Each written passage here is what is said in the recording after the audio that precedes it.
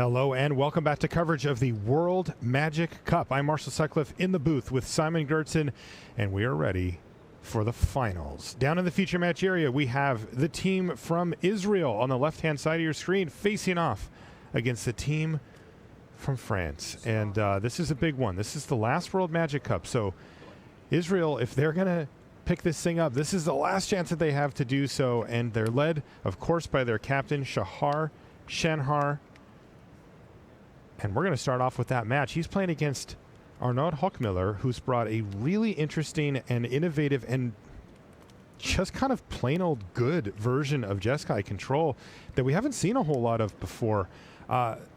Really interesting build that focuses on winning through a combination of cards. That the first time that this happened, these teams actually played against each other before, and of course that means that these players played against each other. And when Hochmiller did it, the Israelis were like, "Does that work?" Yep. And it does. And this is exactly how the match ended, actually. Yes. With a kicked Fight with Fire, copied by expansion, and Shahar Shenhar sitting there with his sideboarded Disdainful Stroke, unable to do anything. Yes. That's 20 damage, by the way, just for the record. It does cost a lot of mana, though. And it's 9 to kick Fight with Fire and 2 for expansion. So that was yesterday's match, which put France into the top 8. And left Israel needing to win the final round. That's right. So, and by the way, I will mention as well that in that game, Shahar had Niv Mizzet and got to untap with it. He had 6 cards in his hand or something when Hochmiller did that. I think that Hochmiller half expected it not to work, but it did. Yeah. And Shahar, maybe because of that interaction, because of that experience, he is not confident in that matchup. He's got his Murmuring Mystic here. Is that going to resolve? Yes. Interesting draw there for Hochmiller. He drew Seal away. That's a small victory. Murmuring Mystic is one of these one-offs in Shahar's deck that attacks from a different angle than the Drakes, because suddenly you are threatening to go wide. Of course, it's never going to happen that you have 20 tokens there, because Deafening Clarion has something to say about that, but the occasional 1/1 bird illusion will just force the control player's hand. And let's get the festivities rolling, says Shahar. He's got Discovery, which will generate that bird. Actually making use of the Dragon Skull Summit there to generate a black mana. Oh, you're right. For the hybrid cost. The Dragon Skull Summit is primarily in the deck so that you have at least a theoretical chance to cast Dispersal. Look at this. Murmuring Mystic gets in the red zone. No and fear. Here's Chart, of course. No fear of Seal Away. Right. So a pretty productive turn here for Shar. He got in for a point. He cast a card draw spell, which netted him a card as well as a card selection spell, and he got 2 birds out of the deal too. This is, of course, what Hochmiller wants to do. Chemist's Insight. This is the backbone of his card draw engine. Hochmiller is doing what his deck wants to do, just cycling through his deck, drawing extra cards. Not in hand, though, is he? Is this Spell Pierce? This is nice. Oh, wow. Nice. Shahar Shenhar ends up with 3 birds and a damage, plus up a card on that turn. Not bad. This Murmuring Mystic might have been the perfect card to have resolve on turn 4. Everything else is actually easier for Hochmiller to deal with.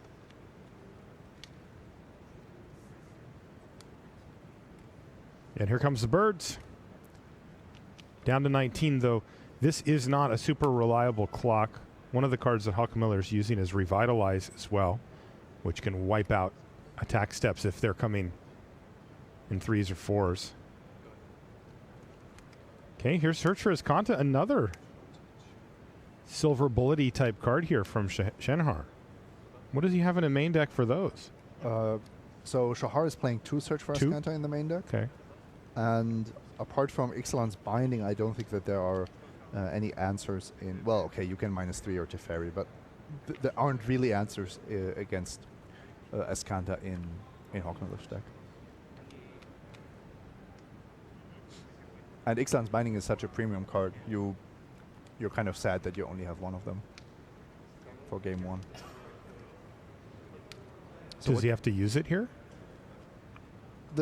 If Hawkmiller says go here, the Search for Azcanta flips, transforms, Yeah. and suddenly Shahar can play quite a scary game, which will lead him to have more cards than the control player.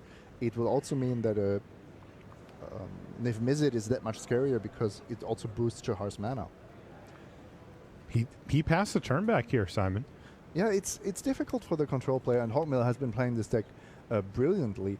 It's just difficult to make all these right choices because you know in the end, well, Search for Azcanta is not going to beat you.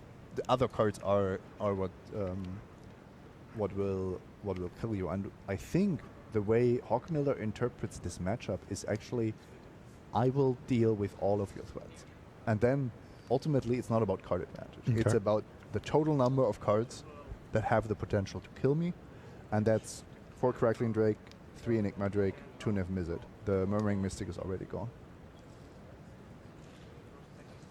Sounds absolutely possible to deal with 9 cards when the protection is 3 dive downs and 3 spell pierces.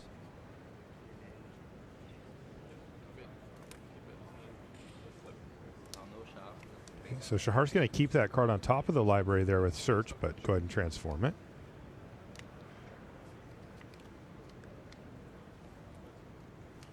Looks like it was a mountain. Okay, Marshall. Here's something a little bit crazy. If my hypothesis is that the control deck is trying to answer every single threat that Shahar has, then at least the second Niv Mizzet is playing a super important role, because that is a creature that you just cannot afford to just play into a fight with fire. You have to almost bring your opponent to a life total where you can cast Niv Mizzet and have that much mana and spells ready that the pinging of Niv Mizzet is threatening lethal. Unless, of course, you win with your other threats, but that's something that we should look out for. Okay, well, Niv Mizzet has arrived, the biggest of drakes.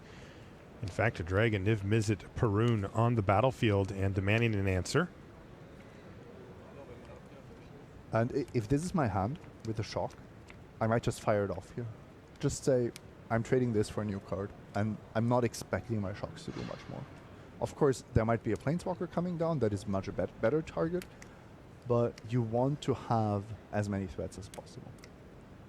Okay, this is a big deal. Here's Ixalan's Binding. And no dive down. And that's exactly what I was talking about. If you lose your Niv Mizzet, if you lose the ability to cast the second one, this whole line of play about storing up, saving up Right. damage is not going to work. Unfortunate for Shahar. It's a one-off. It is the perfect card. And he is going to go ahead and shock, though. He can top deck dive down. No, it wasn't to be this time. It was an island off the top of the library. He could use Spell Pierce here, not to counter, but to draw another card. I don't think that's worth it. Okay. Might find something that he can actually counter later. Well, looks like he's going to go for it. He'd rather just have a random card from the top of his library rather than Spell Pierce. Oh, and there's the dive down. What a heartbreaker for Shahar Shenhar. He doesn't have a treasure or anything laying around that I'm missing here, right? No, he doesn't. The treasures are for game 2, but he was very aggressive with the Niv Mizzet. He didn't go for this, let's just take my time, let me get some more instants. I will only play the Niv Mizzet when I have the protection. If you ask me, what he was banking on was that if Hawkmiller has to fight with fire it, or casts, let's say, 2 Deafening Clarions, he's actually in great shape because he has another one. And those are actually way more likely, right? Yes, exactly. And the problem was that Ixalan's Binding was the perfect answer here. Right. Well, Shahar does have Crackling Drake, though, to play as his follow-up. And he's got some cards in hand, so he's going to pass a turn back. Another land off the top of the library for Hawkmiller. And Shahar has Azcanta active now. And here we go. 1 Drake down to a Lava Coil. Are we going to see Shahar protected? Yes, we are. This is going to be dive down to protect his Drake. And that works. Wow, nothing left here. Oh, he has something For left, but Hawkmiller. I think he wants to kick it. He already sees that 2 spell pierces are gone. That was so close. Did you see that? 3 lands off of Ascanta, and Wow, only the really? final card is spell pierce. I did not notice that. Dive down, sorry. Whew. Right, so they're packing him up. I guess that was enough to get the job done. Dive down, the all-star there at the end of the game, preventing Arnaud Hochmiller from doing anything. Uh-oh. Here's one of those board states, Simon. I think I'm getting flashbacks. Oh, my goodness sakes. Well, let's see what's going on down here. All right, I see Carnage Tyrants. I see Vivian. I see Wild Growth Walkers. This does look very similar to what we saw before between in the semifinal between Duprat and... But Boros Aggro can't play the same game as Selesnya tokens. No, of course not. Boros Aggro will fall over a lot quicker. And I think Duprat is just going through the motions here. Yeah, and also it looks like his pace of play is quite quick at this point, which usually means that he sees the line to victory quite cleanly.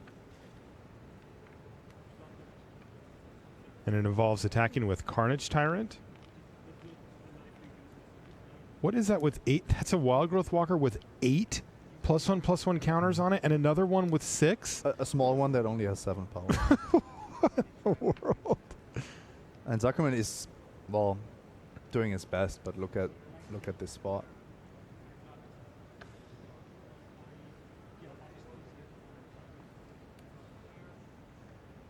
Those Hunted Witnesses, not the red card for the matchup.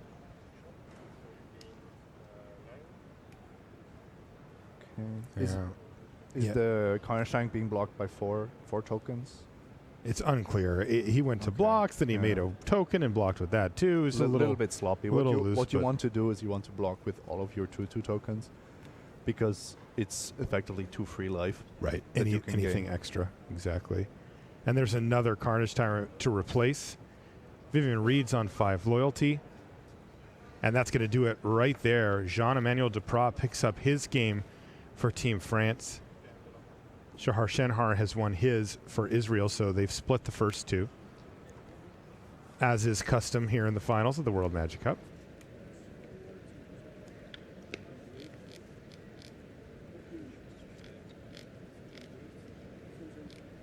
Which means we have one more match to check in on. This is Timothée Jamon on the bottom, playing against Amit Etgar from Israel. And how are we looking here? It looks like one went tall, one went wide.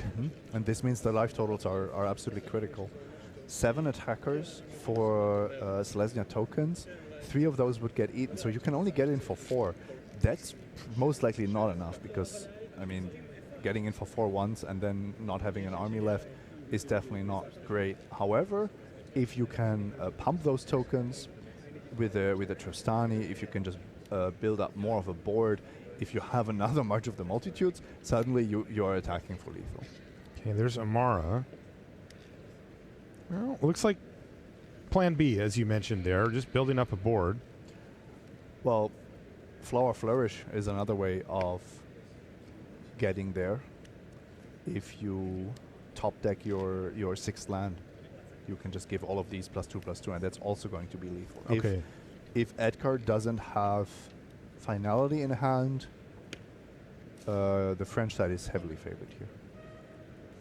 But for now, Chamon's just going to pass the turn back. And let's see if Edgar can find a solution to this problem. There's a lot of creatures on the battlefield now. And as you mentioned, just 1 land away. If finality resolved, the game is just over. It's going to be 2 turn 2 Carnage Tyrants, one of them with 2/2 2 counters. Actually, it's a 3 turn, I guess. But against an empty board. Yeah, that's not beatable. So let's see. Is it going to be fine finality? No, definitely not. There's a Llanowar Elf, a Midnight Reaper in hand, and what was the other? A Vivian Reed or something? Couldn't quite see, but it was not fine finality, and that's the key here. Yeah, it was Vivian Reed to get back the Jade Light Ranger, but that's not going to do a whole lot. It just simply adds another creature to the battlefield. So if we're sitting in the France side of the equation, a land, please. And I think it's vital for Edgar to realize that something like Restless Contempt, it's a great magic card, great constructed card. It's not the right card for the job.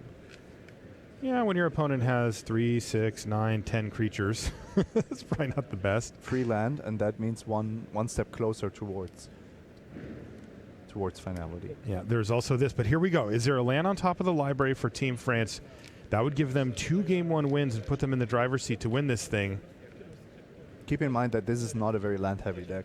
Okay. So 6 mana, even with Adanto, is not an easy task. Is there a world where Edgar can attack anyway? Let me count again. There were quite a few added to the mix this time. It's 10-4 now. I think he deployed 3 more creatures than last turn. What's the count? 6 would get through. Yeah, 10 and then 4 on the other side. 6 would get through, including 1 trade. And the Vanguard isn't going to die. Right. And Emera is going to produce 1 more token. Yes, that's also correct. You also get to activate your Adanto. The first fort. So Edgar goes to 6 or less, and you have I think attacking is good here. And I don't think you have to be afraid of Vivian Reed. You shouldn't be. In this kind of spot, if you get through with damage, I think you want to put Edgar on a 2-turn clock. Oh really? Is he only attacking with the tokens here? He's only attacking with tokens, and he is actually making sure that Vivian dies. Oh, he's prioritizing Vivian Reed. Boy, this could buy Edgar another turn perhaps to try to find finality and completely turn the tables on this game. Now, it does also give him quite a lot of life. He has now 7 creatures, 8 if we count the Adanto. So Flourish is still absolutely lethal. Make it 10. I don't love that, getting 2 1/1s when you have an active Adanto. Right. So 9 creatures then for Jamon. But the writing's on the wall now. Edgar plays the last card out of his hand, and there is no finality in sight. Once again, Jamon would love to just see a land here, right? Land is it. As long as he has 4 creatures to get through, he can cast Flourish and just get there. Every draw step that Edgar takes is a potential finality. Yeah, that is really the focal point now. If Edgar can simply find finality, he could wipe this board, leaving him with just the Carnage Tyrants and a Jade Light Ranger. And crucially, there's no Wild Growth Walker or anything of that sort.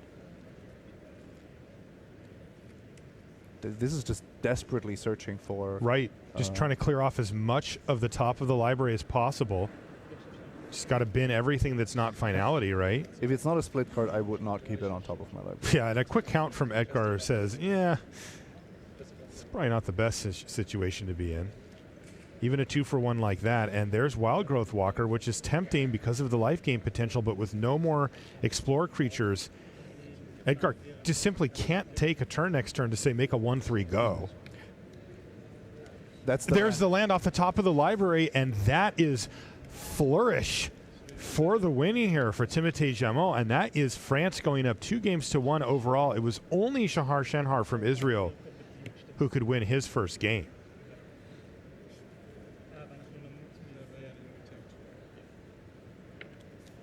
A quick count of the creatures says, no, that's more than enough to get through for lethal, and there was no finality. A Midnight Reaper in play, which means if you block, you lose additional points of life. Right. You can see Edgar smiling there saying, come on, finality just the one time. Is that too much to ask? I heard this from Team Italy, by the way. They were having a discussion. It was Tian Moon, and Andrea Mangucci told him, it was in Italian, but I had it translated for me by him, by the way. And he said, I told him, you're playing Celestia tokens. If your opponent has finality, you just lose. That's what we signed up for.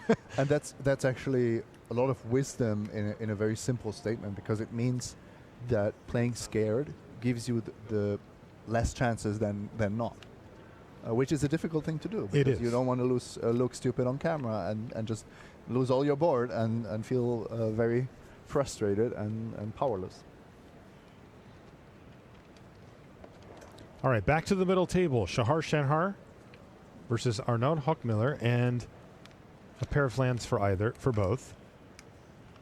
And Discovery's going to kick off the festivities here for Shahar. Okay, he sees Spell Pierce and Treasure Map. Yeah, and everything we said about the... Ooh, he doesn't want either one. Must be digging for lands here. Oh, but Treasure Map is such a great card. Maybe he already has one. I would be surprised, because you really want Treasure Map in this matchup. You even have the time to find your lands. But back to my point, if we're looking at this matchup after boarding, it's everything that we said about game one, but even more pronounced. Now it's really Hochmiller who knows every single threat in Shahar's deck list, in Shahar 75, and Shahar trying to resolve one of them, protect one of them, or bring in additional ones like Ral or the third Niv Mizzet, and just somehow get there. And he was successful in game one. Now it's even more difficult. Rough here for Shahar. He runs out a Drake, but it actually gets syncopated. So not even having to use a proper removal spell on the first threat from Shenhar, it's actually a counterspell that nabs it. Good news here for Shahar, though, is that the way is clear. Hochmiller's tapped out, and Shahar has a dive down in hand as well. Mm-hmm. I believe I already also spotted a Treasure Map in his hand. Yeah, you can see it there on the right. Ah, okay. But he's prioritizing the threats. He always wants at least one creature on the battlefield. Actually, I think he wants exactly one creature on the battlefield. Everything else is kind of awkward when you're playing against Settle the Wreckage or maybe the Cleansing Nova from the sideboard. And this way, Shahar can dictate the pace of play, can deal a few points of damage each turn. It's not that easy to deploy a Planeswalker in the face of a Drake, but he's never overextending.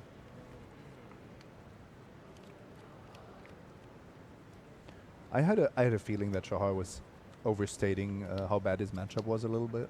Really? I mean, the storyline is much better. That's true. If you come out ahead.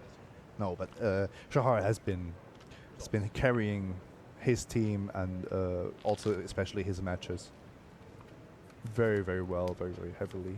Interesting here, Teferi, Hero of Dominaria hits the battlefield and does resolve. No Spell Pierce this time. And if you -3, you allow dive down. If you +1, you have a theoretical shot that your Teferi just survives. That Treasure Map does not count for Enigma Drake's power. So currently only 2 power. And yeah, Arnaud says, look, if you could put 3 more instants or sorceries in your graveyard by next turn, fair enough. I'll take my chances. And by the way, I'm also representing Seal Away. Sure. By the way, nice draw there from Shahar. He finds Opt right off the top of the library, so there's one of them. Interesting. Search for his Kanta is the card he's looking at with Opt. A long-term game plan, but not short-term. He's going to put it on the bottom. Mm-hmm. I agree with that. Draws a Crackling Drake. And it is a little bit awkward not to get rid of Teferi the turn he comes down.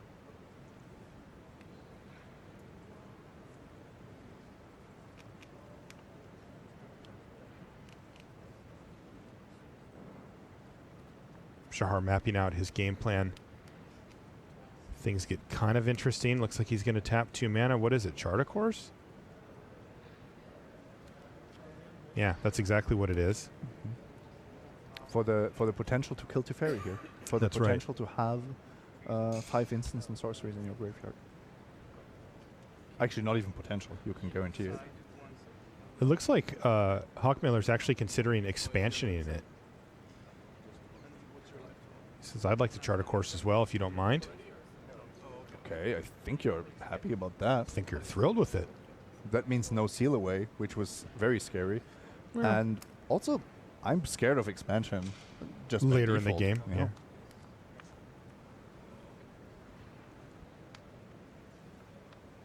Okay, so that resolves. So Hochmiller's going to draw 2, discard 1.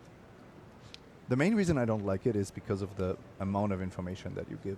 Just by being tapped out here? You are now you've now told Shahar that you don't have seal away, and that maybe you've also shown weakness in a sense, because why would you trade expansion for 2 cards? Wow, look at this. Shahar actually missed. He hit 2 mountains, and now he's forced to discard. It looks like a dive down if he wants to get But I don't think there's an alternative. enough, get up to 5 instants and sorceries. You got to do what you got to do. Right, to kill Teferi, it's worth it. A clean kill on Teferi. Imagine if the game continues with Teferi on the battlefield. Right, even another turn, it starts to snowball quite quickly. Then it's land treasure map, but the shields are down for Shahar Shenhar. He passes the turn back to Arnaud. Still, that was a big play there from Shahar, scrapping his way from 2 to 5 instants or sorceries in his graveyard, just enough to kill Teferi. Oh, wow, and look at this. What Hawkmiller actually did with the copy Charter Course was he got rid of a Plains, knowing full well that Plains wouldn't be casting Niv Mizzet for him. So he realized that even though it was a land, and lands are absolutely vital for the control player, it was not the land he wanted in that spot. And if you look at his hands, it's all removal, Ral, and Niv Mizzet. Does Also, Ral have enough in the yard? Yes. Thanks to the expansion. So it all makes perhaps sense. setting that up. Yeah, exactly. All makes sense now. Ral's minus is Beacon Bolt. So that's enough to take down the Enigma Drake. And now Shahar Shenhar is threatless and facing down a Planeswalker. Okay.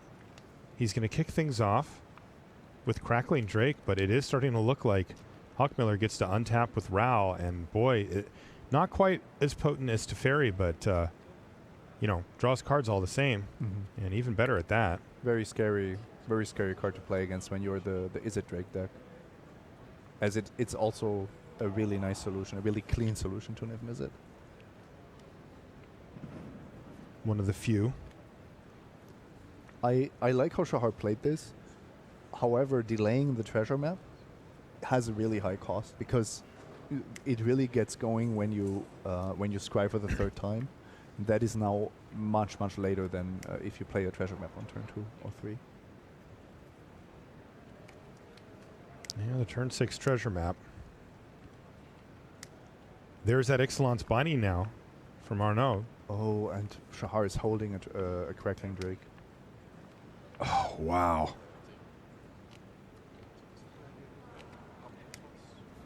He's going to opt here and try to find some way to interact.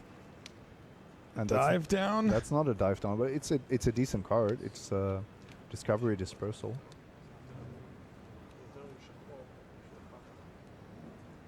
Boy, Ixalan's Binding holding back a second copy of Crackling Drake could be backbreaking for the hand that Shahar has. Look at what he's working with here. Nothing. That opt is out of his hand now. So he needs to see a dive down here, and it's an island. He is stone out of gas. When it's Shahar's turn, he's going to have nothing, just lands. Boy, that Ixalan's Binding is so mean. Yeah. It almost wins the matchup by itself. It feels Gosh, like. it really does when it resolves.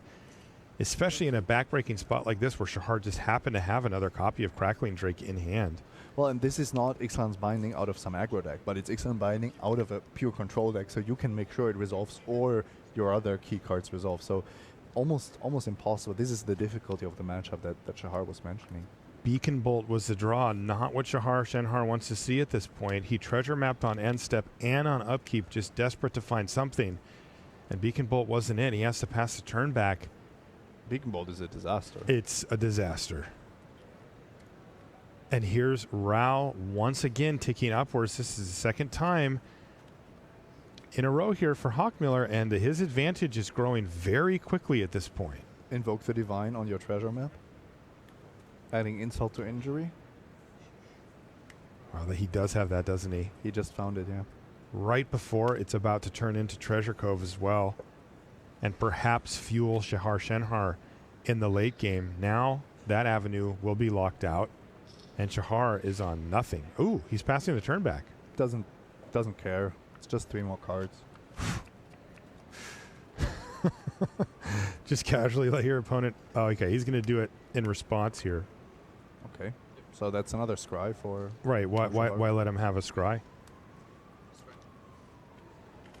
Not clear to me. I think the mana that Shahar spends this turn is not relevant. Super relevant. That is what Hawkmiller gains, but a scry is a pretty big deal. Unfortunately for Shahar, he can't find anything. He has to pass the turn back once again. Hawkmiller's advantage growing every turn thanks to Rao. And at this point, I'm wondering if I'm Hawkmiller, what can I still lose to? Only You're already in that stage of the Only Niv Mizzet seems like it has the raw power to take this game over. And then if I look at my hand, I think I'm pretty well set up for Niv Mizzet fights. Yeah, Ixalan's Binding, one of the best answers for it. Also, you're just going to drop your own Niv Mizzet. That's also true. And Ral is already on the battlefield, so actually Niv Mizzet on 25 life, not even that is going to be enough. Yeah, this is bad news here. Also a power move to put Teferi in the graveyard. Yeah, that usually just elicits a concession immediately, but not this time. Yeah, this is bad news though for Team Israel, because take a look at the game win situation here. This is going to be Hawkmiller evening things up against their toughest player, Shahar Shenhar, and that's one win apiece for each of the players from France, while Shahar's teammates have yet to pick up a game win. Shahar top decked Ral. He doesn't have a spell pierce or something of that sort, so I don't think he can prevent Ionize from resolving here. Otherwise, he would still be in this. He's going to go for Beacon Bolt. Oh, wow. Probably fearing counter magic.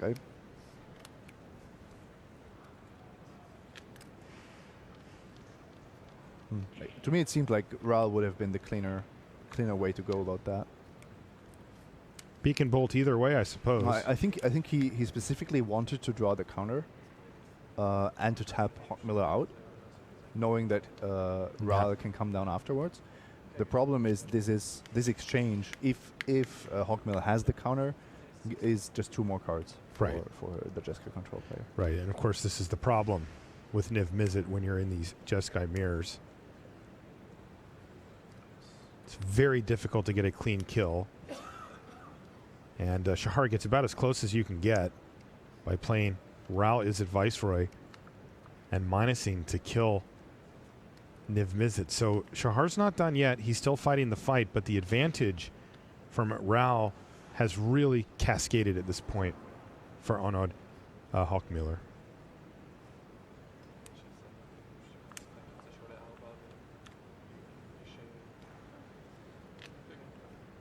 Is Hawkmiller going for the kill? He could, but he would run into Spell Pierce, I believe. He has it. If depending on how cool you are, you actually know that there is no Spell Pierce, because Shahar would have countered the Ionize with the Spell Pierce. He would have. You do look a little bit foolish if your 20 damage is getting countered by a Spell Pierce. Yes, that is 2 cards and 20 damage. It can go away, but instead he's going to take, I don't know, somehow this is a more conservative route. He's going to go for Explosion to kill the Ral on the other side of the table.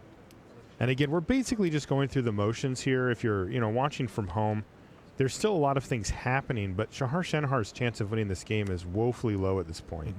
And Shahar, if you look at the game scores, if Shahar doesn't win this match, it's almost over for Israel. Right, it's extremely difficult to come back from that.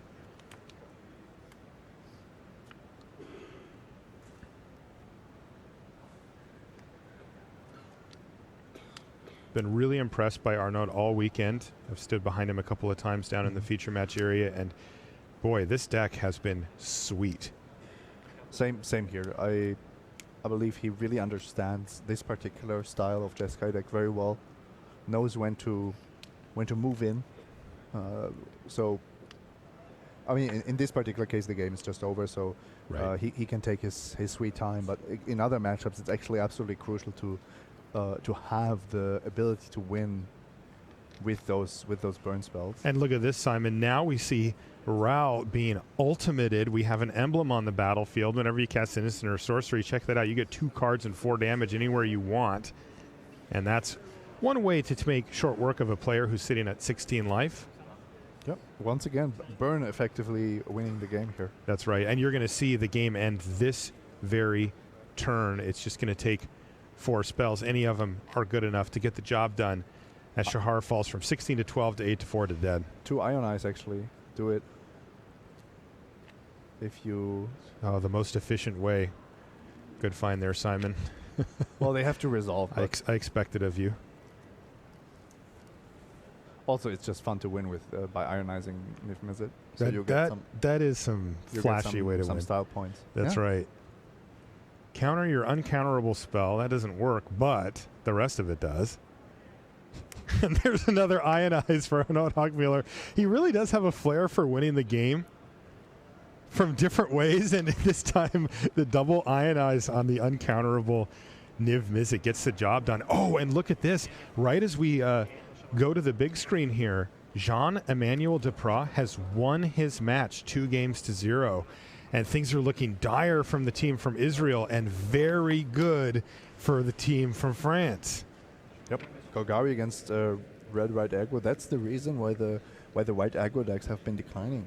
It is this matchup against the tier 1 deck in the format that you don't really want to face. So that means that there's a lot of pressure down here on our near table. This is Edgar. He's playing against Timothée Jamon, and they are getting underway here in their second game. So right now, the hope for France lies in Jamon's hands. And if you're from Israel, you are screaming at your screen for Edgar to get the job done, because if he doesn't, we're done here. Yes, and Edgar is down a game. However, he is playing a favorable matchup.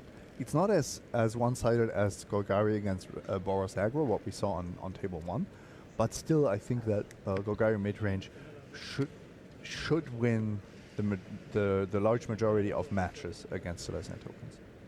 But, well, as we saw, you need to find that finality.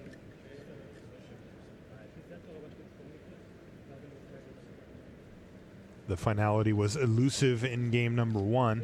It would have been an instant win on the board state as we came into the game, but unfortunately for Edgar, he could not find it. And Timothée Jamon, the French players, ripped the land they needed to cast Flourish. They had like 10 creatures on the battlefield, and the game ended on the spot. Another powerful draw. Actually from both sides, if we're being honest. Yeah. Ravenous Chupacabra is going to hit the battlefield and kill Emara. But History of Benalia is still ticking upwards for Jamon. And it's so crazy how much better a draw is when you have a turn 3 History of Benalia compared to if you have to just drop a creature.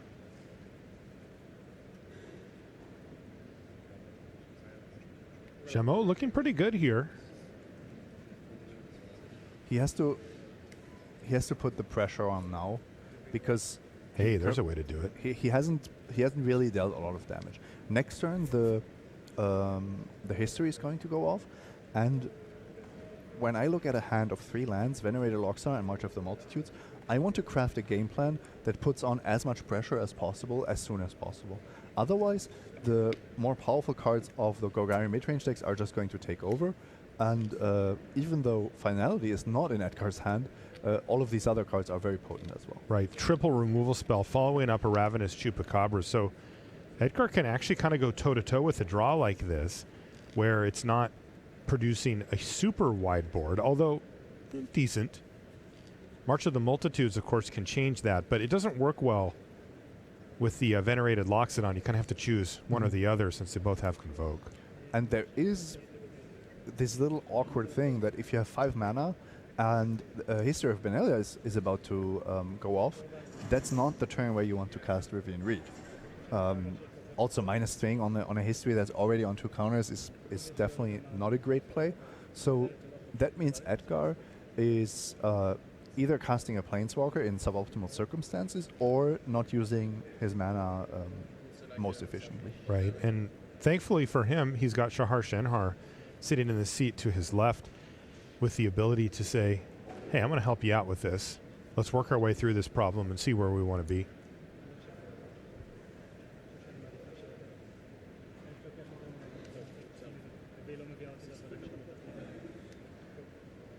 It ends up just being land go here, Simon. Keeping open Vraska's Contempt to have the best ability to stop the bleeding. And because these Knight tokens, the ones that are pumped, they are attacking as 5/4s, and there's not a single 4-power creature on Edgar's side, which means the good block is to not block the Knight tokens. Try to trade off with them next turn. I mean, actually, this turn the Jade Light Ranger doesn't have a good block. Next turn it has good blocks again on the Knight token. So if you're going for the value play, you need to take the damage here, and you want to cast Vraska's Contempt. I would guess on the Loxodon. You could argue that casting it on a Knight token is a play that even this turn prevents more damage. The Ravenous Chupacabra, is it jumping in front of the Soldier token here? Yes, because the Soldier token is a 2/2, so you'll get a trade. Right. So trade off that here. Leave the 2 Knights. They do exact their 10 damage on Edgar, but like you said, he actually has plans to be able to deal with those going forward. And the board has been relatively cleared up. Yep, and I agree with that line. This is the most conservative way to play it, but I don't think you want to be on much lower life total than this. Especially with multiple removal spells still in hand, an Assassin's Trophy, and an additional Vraska's Contempt still sitting there. And now the second wave is coming. Edgar doesn't know it yet, but March of the Multitudes is just waiting in the wings. Mm-hmm. Currently for 3+1 from Emera. And Edgar, depending on... Okay, he drew a land, so he actually has the ability to play Vraska's Contempt plus Assassin's Trophy. Okay. If he realizes that he still needs to be as defensive as possible. If you drop a Karn here, for example, leaving up Assassin's Trophy, you might just die to the beatdown. Ooh, that's what he's going to go for here, Simon. This is risky business now for the Israelis. All France has to do is win a game. That's it. This one or Hawkmiller, and the World Magic Cup is over. Maybe the reasoning was that your chances of winning are too low if there is actually a March of the Multitudes in Jamon's hand. But honestly, I thought that you didn't have to go for the value play this turn. And look at this. Here's Flourish off the top of the library for Timothée Jamon. And I think we're looking at the end of the line for Team Israel. Team France has won the World Magic Cup yet again. The last one goes to France.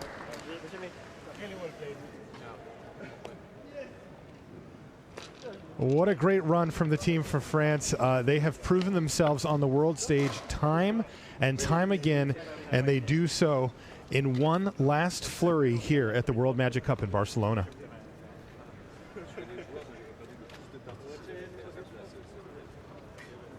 Marshall, Simon, just incredible stuff. What a phenomenal run by Israel. They congratulate each other, and a head shake there from Timothée Jamon, the player who we haven't seen a lot of this weekend. He's been quietly there as obviously Jean-Emmanuel Duprat, the team leader. We've seen Arno Hochmiller with his Jeskai control list playing so many epic matches and explosive, literally, endings to his matches. And in the end, it was Timothée Jamon who got the final nail in the coffin. A fantastic job by Israel, but France, a 2-time champion. They did it. They did it. They're the only ones that get to be the 2-time World Magic Cup champions. Yeah, just amazing stuff. And what a weekend. Goodness gracious me. In a minute, Marshall, I know you've got to go away and get yourself ready to go and meet the team down there and hand out some trophies and so on. But there you get a look at your winners.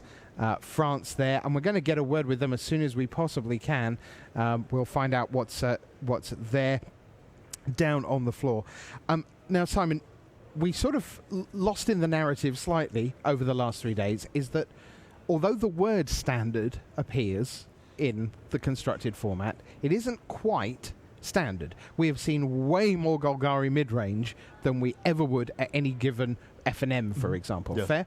The unified standard format kind of pushes you towards certain decks, of course, towards the tier 1 archetypes.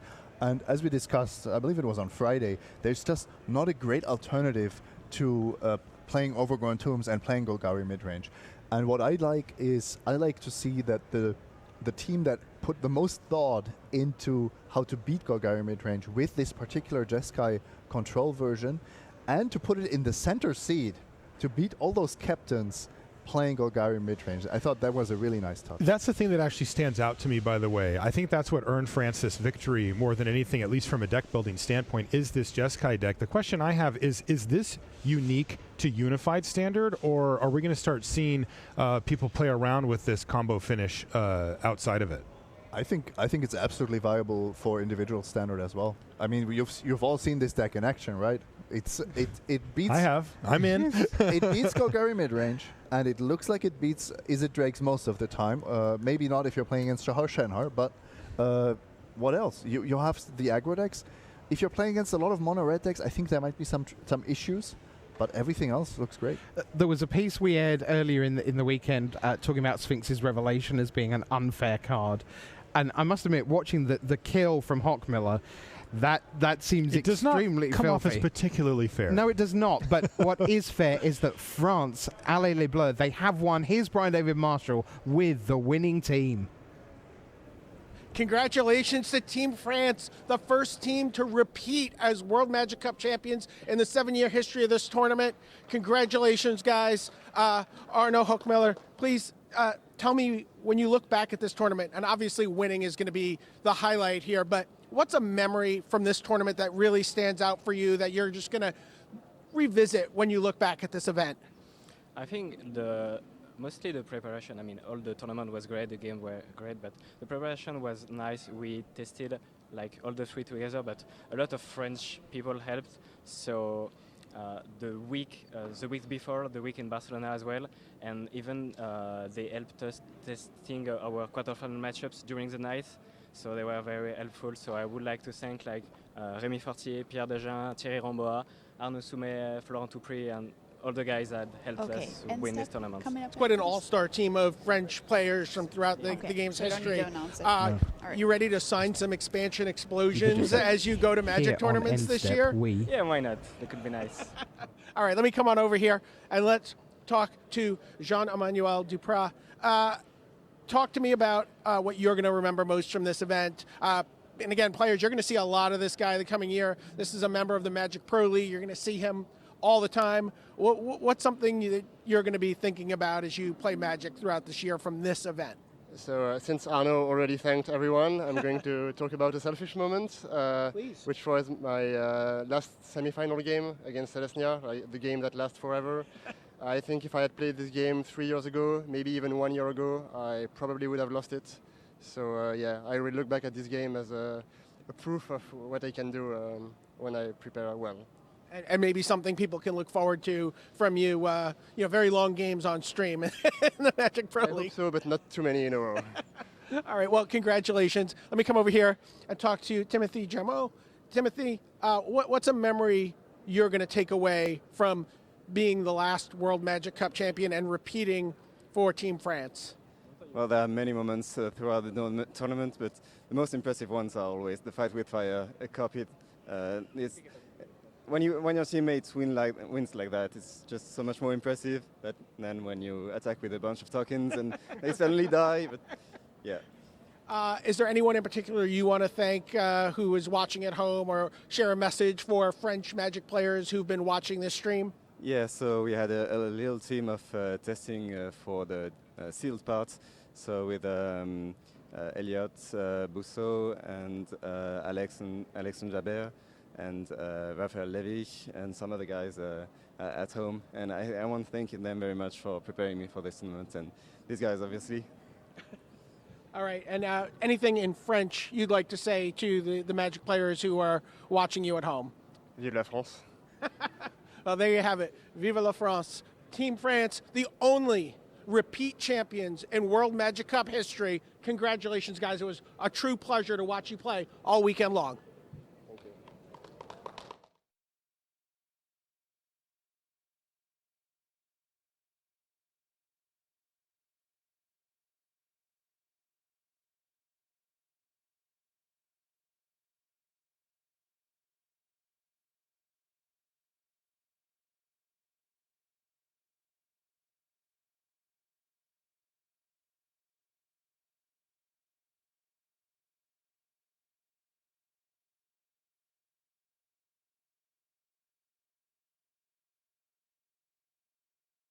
We can make it a bit bigger because it's rotated.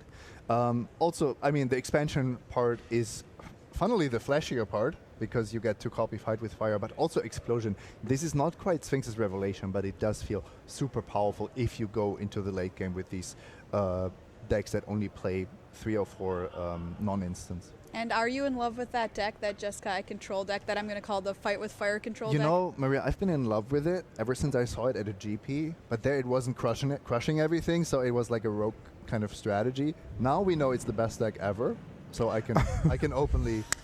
Now you're allowed to play it. Now it's the best deck ever. My revitalizers have been waiting. Says the Jund Master. Well, if it's a tier 1 deck, you know, it's then it's acceptable. Yeah, fair enough. All right, so that is our card of the day. Is it a deck that people are going to find? You know, we often came into matches with Arno Hochmiller where there's 15 land in play. He's got 7 cards in hand. I think I'd probably have a reasonable chance of winning at that point. The trouble is I'd be dead with 5 land in play. Is it a tough deck to play? Yes, absolutely. But actually I think all of Standard is actually pretty complex right now. You have to always make these tricky decisions, even with the most aggressive decks, with the mid-range decks. All this exploring and surveilling is just adding a strategic layer that we didn't have before. And what I really like about the Jeskai control deck in particular is you have so many options. You can sweep, you can play 1-for-1 removal, you can counter. So it is a tricky deck. All right, well, Expansion Explosion, our card of the day. Let's find out what our match of the day is. Well, when it comes to match of the day, obviously there could be a whole host of different options to be perfectly reasonable. The finals was, of course, incredible. The match where France were able to make it through to the finals after a real slugfest against Italy could easily have qualified. But no, for our match of the day, we need to go back just a little bit earlier. Yeah, the Game 3, Match 3 quarterfinals, China against Israel. Shahar Shenhar was up against it. He had to fight through 1 Niv Mizzet, then a second Niv Mizzet. It looked like the 3rd Niv Mizzet from Song Long would seal the deal, but Shahar played his own Niv Mizzet and had enough treasures to get just the right amount of mana to Discovery, opt to deal the last 5 points of damage to take it home and bring Shahar all the way to the finals. It turns out it's the last dragon that gets you, and that is our match of the day. Thanks very much to Tim and Matej down there in the feature match area. Awards coming right up. We'll give out some trophies. And of course, that piece of Magic Immortality goes to France. But it's been a really epic day. We thought coming in as we reached the end of yesterday, the field looked really good, Maria, coming into day 3 here. Oh, yeah, we couldn't have asked for a better top 8. So many strong teams, so many members of the MPL. We had a chance for a few teams to repeat here. And in fact, we did with France. Have that actually happen? Right. I mean, we opened up with Hong Kong against Slovakia. That was even seems so long ago now. Even Flock first thing this morning battling against Li Shi Chan's team, and Hong Kong advanced there.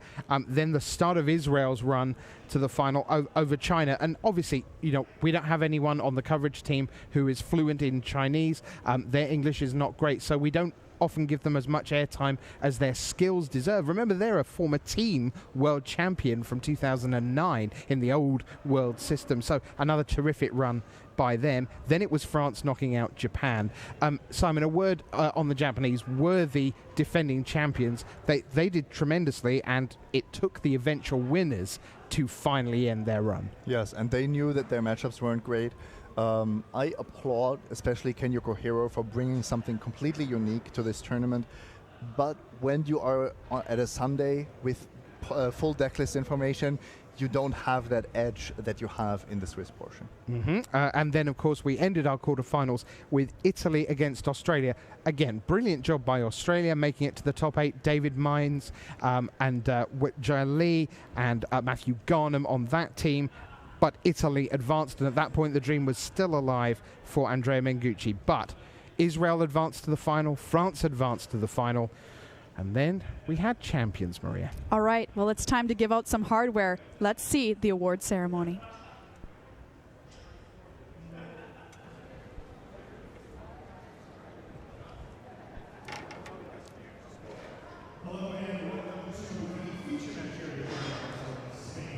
For the World Magic Cup, it is of course time now for our awards ceremony. There were 74 teams that started the tournament, but only one ended up as the winner, your two-time World Magic Cup champions, France. Congratulations, congratulations, congratulations. There you go. Yeah, just for you.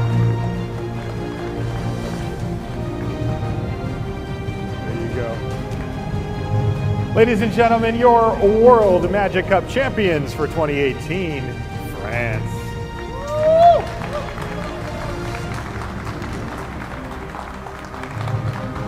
And so this last World Magic Cup comes to a conclusion. That's the room where the magic Nice happens. looking trophies. And Not bad. well, we do our best to bring you the best coverage we can here from when everything rolls off the truck on Wednesday morning to when the last turn of the card happens on Sunday evening. 74 countries come in, 32 make it to Saturday, 16 carry on, 8 make it to Sunday, and then Slovakia, Israel, China, Japan, Italy, Australia, and Hong Kong fall by the wayside until only France remains triumphant as the two-time champions of the World Magic Cup.